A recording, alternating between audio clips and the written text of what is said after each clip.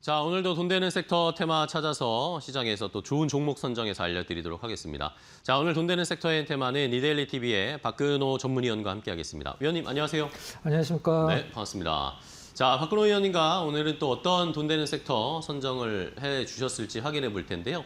첫 번째, 박근호 위원님이 선택하신 돈 되는 섹터 바로 공개하겠습니다. 자, 화장품주를 선택을 해주셨네요. 자, 화장품주가 최근에 이제 지난주나 이번 주까지 해서 많이 좀 올라왔어요. 그리고 또 뭐 수급적인 이야기를 확인해 보면 외국인들이 또 화장품주들을 꽤 많이 담았다라는 그런 의견들도 있더라고요. 화장품주들 어떤 모멘텀들 또 계속 좀 상승 추세 이어갈 수 있을까요? 네. 시장이 이제 반도체주 위주로 움직이다 보니까 사실 실질적으로 반대로 이제 오히려 피해를 보는 업종들이 이제 발생을 하고 있는 상황인데요. 의도치 않게 이제 피해가 오는 거죠. 주가적인 측면에서. 시장에서 반도체주들을 투자를 하시는 분들은 뭐 다는 아니겠습니다만 대부분은 이 수치를 이제 숫자를 굉장히 좋아하고 중요하게 생각하시는 분들이죠. 바로 이제 실적이죠. 근데 지금 현재 삼성전자나 하이닉스를 제외를 하고 그 밑에 소부장 기업들 중에 역사상 사상 최고치를 치고 올라가는 기업들 중에는 어떤 그 숫자로 그 기업의 주가 상승을 설명할 수 있는 기업들은 사실 그렇게 많지는 않거든요. 근데 반대로 이제 어떤 반도체 쪽에 매기가 쏠리다 보니까 이제 의도치 않게 피해를 보고 있는 대표적인 업종 두 개를 꼽으라고 하면 저는 숫자로 증명이 되는데 주가가 굉장히 좀 많이 떨어지고 있는 엔터주나 일단 화장품 두 개를 볼 수 있는데요. 엔터주 화장품주들 모두 웬만한 기업들은 올해 역사상 사상 최고치 실적이 예고가 돼 있는 부분인데 주가 상승이 좀 미미하죠. 그래서 화장품주들을 오늘 한번 좀 섹터로 골라봤고요. 얼마 전에 이제 여러분들 다들 언론 보도로 인해서 보셨겠습니다만은 1분기 화장품 수출이 역대 최고치를 또 갱신했다라는 부분이 화장품주들에 대한 어떤 투자 심리를 회복을 시켜줄 수 있는 어떤 트리거가 되는 부분이라고 보시면 될 것 같고요. 반면에 이제 유가 상승으로 인해서 의외로 화장품주들도 지금 피해를 보고 있는 부분도 있습니다. 근데 용기 부분이 가장 많은 피해를 보고 있는 부분인데 용기에 이제 폴리프로필렌이나 뭐 폴리에틸렌 같은 게 많이 쓰이기 때문에 그러네요. 이 브랜드들을 갖고 있는 뭐 화장품 기업들은 큰 문제는 없습니다만은 화장품을 만들어서 용기에 담아서 이제 공급을 하는 ODM 기업들은 나름대로 좀 어려움을 겪고 있다라고 하는 그런 부분도 일단은 뭐 참고는 해야 될 것 같아요. 가장 중요한 것은 뭐 실적 대비해서 주가가 실질적으로 지금 거의 뭐 리스크가 없을 정도로 떨어져 있는 부분이기 때문에 화장품주들도 뭐 주력주로 갖고 가기보다는 반도체 외에 어떤 중요한 포트폴리오 중에 한 축은 담당할 자격이 있다. 이렇게 정리를 해보도록 하겠습니다. 네, 알겠습니다. 자, 화장품주들이 이렇게 최근에 이제 약간씩 반등을 나타내고 있는데 실적은 매우 잘 나올 것으로 지금 예상이 되는데 아무래도 시장에서 화장품주 투자하느니 차라리 반도체나 더 빨리 갈 수 있는 걸 골라야 하지 않을까라는 그런 심리도 분명히 좀 작용을 하고 있는 것 같아요. 실적에 대한 기대만큼 주가는 안 가고 있는 상황인데 그래도 뭐 결국에는 기본으로 돌아가야죠. 실적이 잘 나오는 건 어쨌든 반응이 나올 겁니다. 자, 그러면은 종목들 몇 개 체크해 볼까요? 어떤 종목 보고 계세요? 이제 대장주라고 할 수 있는 APR은 이제 너무 유명하니까 오늘은 좀 빼도록 하고요.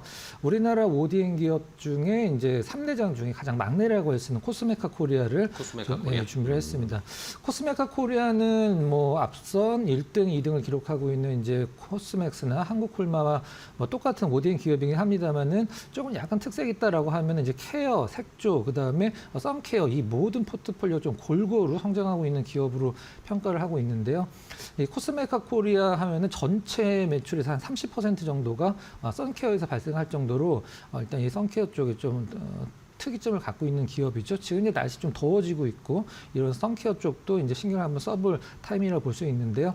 최근에 이제 수급적인 측면에서는 국민연금공단 지분율이 계속적으로 좀 높아지고 있는 게 좀 긍정적인 부분이라고 판단할 수 있고 두 번째는 이제 미국 법인 인걸 우드랩인데요.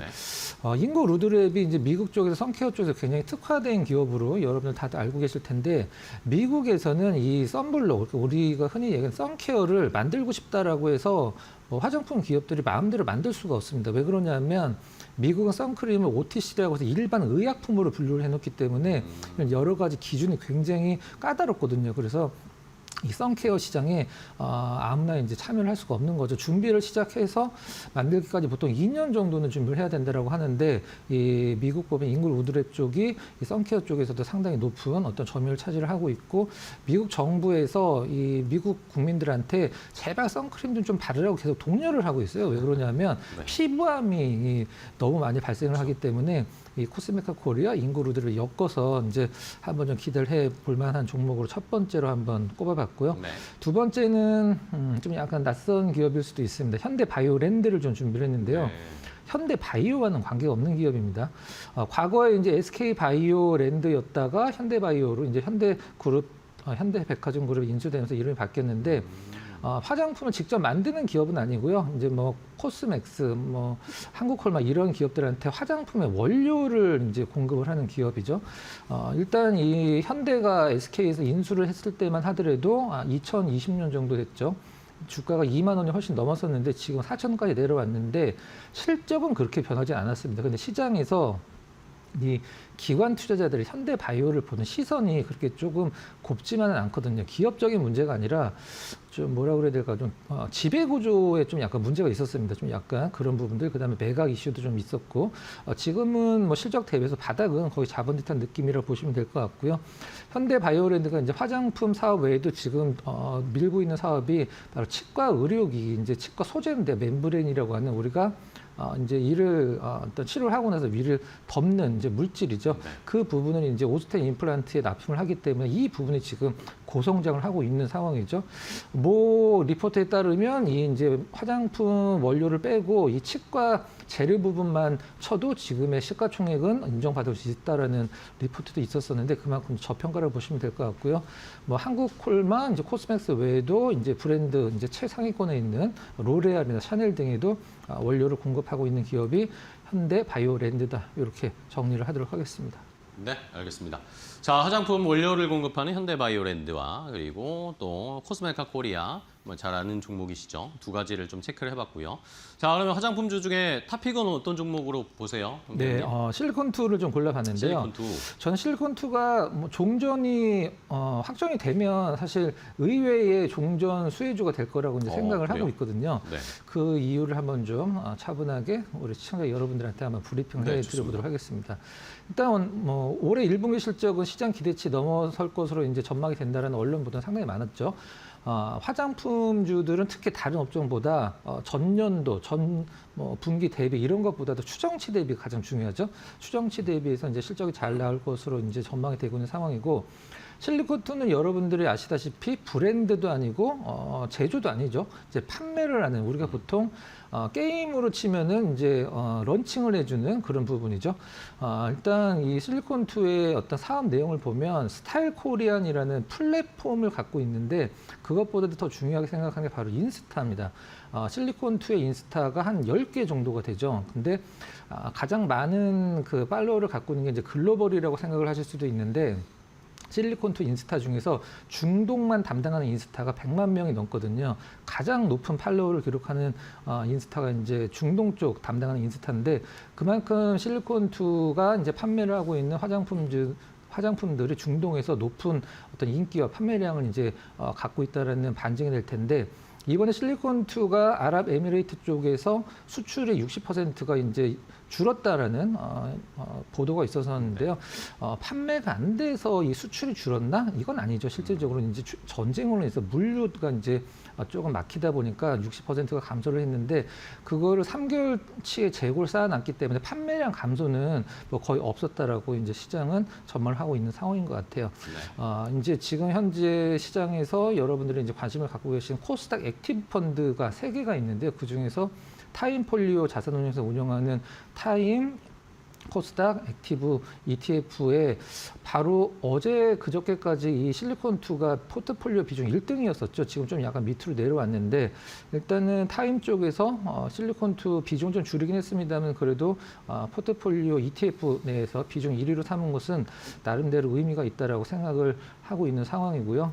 가격적인 전략 좀 말씀드리면 가격은 이제 뭐 매수가는 현재가 전후, 그 다음에 목표가는 6만 원, 손절은 37,500원으로 좀 디테일하게 한번 설정을 해보도록 하겠습니다. 네, 알겠습니다. 자, 이렇게 실리콘2를 오히려 실적도 안정적이고 전쟁이 끝났을 때 오히려 또 수혜를 받을 수 있는 화장품주 중에 탑픽으로 골라주셨으니까요. 화장품주 중에 실리콘2 저희도 한번 잘 지켜보도록 하겠습니다. 자, 첫 번째 돈 되는 섹터 확인해봤고요. 다음 두 번째 돈 되는 섹터는 뭔지 공개하겠습니다. 자, 두 번째는 삼성 디스플레이를 좀 볼 필요가 있다라는 의견을 주셨네요. 자, 굳이 또 삼성 디스플레이를 콕 집어주신 이유는 뭘까요? 네, 의원님?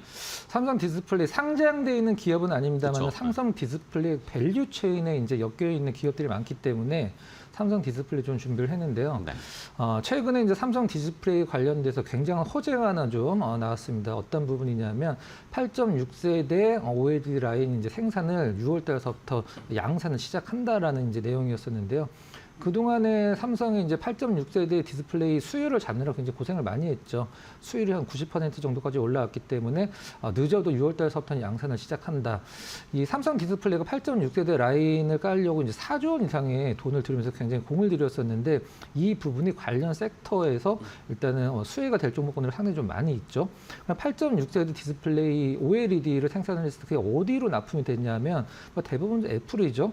일단은 애플 쪽 이제 맥북 프로 쪽 14인치, 16인치 이거를 연 200만 대, 미니멈 200만 대 정도 생산을 하고 라인을 반만 가동했을 때 200만 대를 생산을 하고 풀 가동하면 500만 대까지 생산을 한다라고 하는데 일단은 200만 대 정도 수준에서 출발을 해서 500만 대까지 늘린다는 게 이제 삼성 디스플레이 입장이다라고 보시면 될 것 같고요.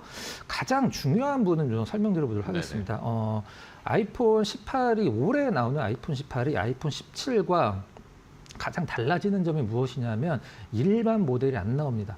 일반 모델이 안 나온다는 건 무슨 말이냐면 프로, 그다음에 프로 맥스 두 가지 모델만 나오게 되는데 애플에서 이 디스플레이에서 삼성 디스플레이와 경쟁했던 게 중국의 BOE거든요. 근데 중국 BOE가 이제 LTPO 디스플레이에서 작년에 아이폰 17에서 좀 퀄 문제가 있었기 때문에 글로벌 버전에서는 빠졌고 중국 내에서만 이제 적용이 됐었는데 이번에는 그 LTPO 디스플레이가 프로랑 프로 맥스에만 들어가는 디스플레이라 여기서 BOE가 이제 탈락이 된다라고 하면 삼성 디스플레이가 애플 내에서 점유율이 확 올라갈 수밖에 없는 부분이죠. 그래서 삼성 디스플레이 이 밸류체에 있는 기업들을 한번 주목을 해보자라는 개념으로 준비를 해봤습니다. 네, 알겠습니다. 자, 삼성 디스플레이 애플 이제 올해 새로 출시될 아이폰 18에 공급할 OLED의 비중이 매우 높아질 수 있다라는 거죠. 그러면은 자연스럽게 삼성 디스플레이 밸류체인 삼성 디스플레이와 함께 협업을 하는 업체들을 봐야 될 텐데 어떤 종목 볼까요? 네, 관련주 두 종목은 좀 빠르게 좀 알아보도록 하겠습니다. 첫 번째는 누가 보더라도 뭐 대장주라고 할 수 있는 이제 대장주의 어떤 그 모습은 실적이나 이런 거보다 주가에서 나오는 법이거든요. 이제 BH가 사실 주가율이 가장 BH, 높고 대장주죠. 이제 애플 올해 이제 애플의 스마트폰을 만들던 무엇을 만들던 판매량만 높아지면 BH는 이제 FPC에 관련돼서 실적이 좀 안 나올 수가 없는 상황이죠. 역사적인 고점이 한 34,000원 정도 되는데 지금 BH가 오늘 조금 조정받아 29,000원 정도 될 거예요. 근데 실적은 실질적으로 더 예전에 최고치 34,000원대보다 더 좋아진다라는 분석이 팽배하니까 지금은 누가 보더라도 이제 성장하는 초입 구간이라고 보시면 될 것 같고요. 삼성 디스플레이 쪽에서는 일단은 100% 점유율, 그다음에 그 외에서는 한 80% 수준의 점유율로 거의 뭐 삼성 디스플레이는 독점 기업이라고 보시면 될 것 같고요. 두 번째는 필 옵틱스입니다. 필 옵틱스는 이제 삼성 디스플레이의 거의 독점으로 레이저 장비를 이제 제공을 해주는 기업인데요. 어떤 레이저 장비냐면 이제 디스플레이 8.6세대 디스플레이는 8세대, 7세대 이거는 이제 기술의 진보를 얘기를 하는 게 아니라 이 디스플레이 원장의 크기를 얘기를 하는 거거든요. 그래서 이 8.6세대 디스플레이 원장의 크기가 굉장히 큽니다. 이걸 이제 잘 잘라야 되겠죠. 수율에 맞춰서 그걸 자르는 디스플레이, 그 다음에 디스플레이 공정에서 디스플레이 눕혀서 만들게 되는데 휘어지지 않게 어떤 밑에서 받치는 부분인데 그걸 띄어내는 리프트 오프 장비를 이제 필 옵틱스가 삼성 디스플레이 독점으로 납품하기 때문에 역시 관련주다라고 보시면 될 것 같습니다. 네, 좋습니다. 그러면은 삼성 디스플레이 관련해서 탑픽으로는 뭐 고를까요? 일단 BH도 좋은데요. 저는 덕산 네오룩스를 좀 꼽아봤습니다. 네, 덕산 네오룩스 역시 실적만 본다라고 하면은 역사적인 최고치를 갱신하고도 남아야 되는 종목인데 아직은 역사적인 고점보다 훨씬 더 아래에 있죠.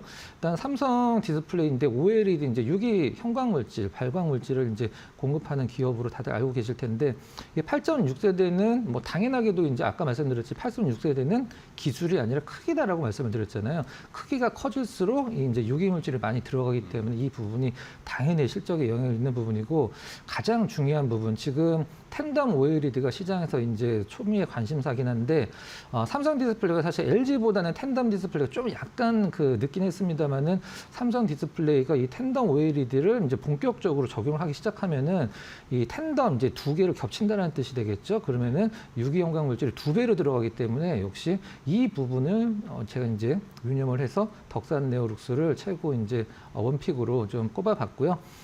일단 가격적인 전략을 좀 말씀드리면, 이제 현재 가격 앞서도 말씀드렸듯이 최고 실적을 예상하는데 주가는 최고가 아니죠. 큰 무리가 없습니다. 현재가 전후 매수가 잡아보도록 하고요. 목표가는 95,000원, 손절가는 65,000원으로 한번 제시를 해드리도록 하겠습니다.